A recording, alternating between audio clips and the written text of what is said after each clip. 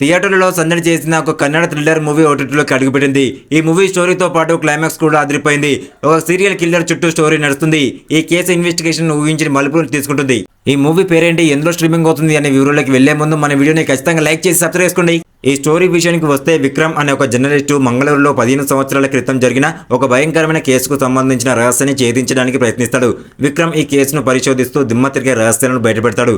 15 సంవత్సరాల క్రితం ఒక అపరిచితుడు మంగళూరులోని సెయింట్ మేరీస్ అనాథాశ్రమానికి ఆశ్రయం కోరుతూ కొంతమంది పిల్లలను తీసుకొస్తాడు. సిస్టర్ మొదట్లో భయపడినప్పటికీ ఆ పిల్లలను ఆశ్రమంలో చేర్చుకోవడానికి అంగీకరిస్తుంది. కొన్ని రోజుల్లోనే అనాథాశ్రమంలోని పిల్లలందరూ ఫుడ్ పాయిజనింగ్ కారణంగా చనిపోతారు. ఆ తర్వాత సిస్టర్ కూడా అరెస్ట్ అవుతుంది. ఇది జరిగిన 15 సంవత్సరాల తర్వాత స్టోరీ బెంగళూరుకు మారుతుంది. అక్కడ నగరంలో వరుస హత్యలతో ప్రజలు భయాందోళనలు చెందుతారు. ఈ వరుస హత్యలను పరిశోధించడానికి ఒక ప్రత్యేక పోలీస్ అధికారి ఆజం మాలిక్ను నియమిస్తారు. మరోవైపు దర్యాప్తు జరుగుతున్నప్పుడు జర్నలిస్ట్ విక్రమ్ తన తల్లిదండ్రులను కోల్పోతాడు. అందువల్ల అతను మద్యానికి బానిస అవుతాడు. అయితే అతని సోదరి అతనికి మద్యం మాన్పించి తిరిగి పనిలో చేరడానికి సాయం చేస్తుంది. కానీ కొన్ని రోజుల్లోనే విక్రమ్ చెల్లి కూడా చనిపోవడంతో అతను మానసికంగా కుంగిపోతాడు.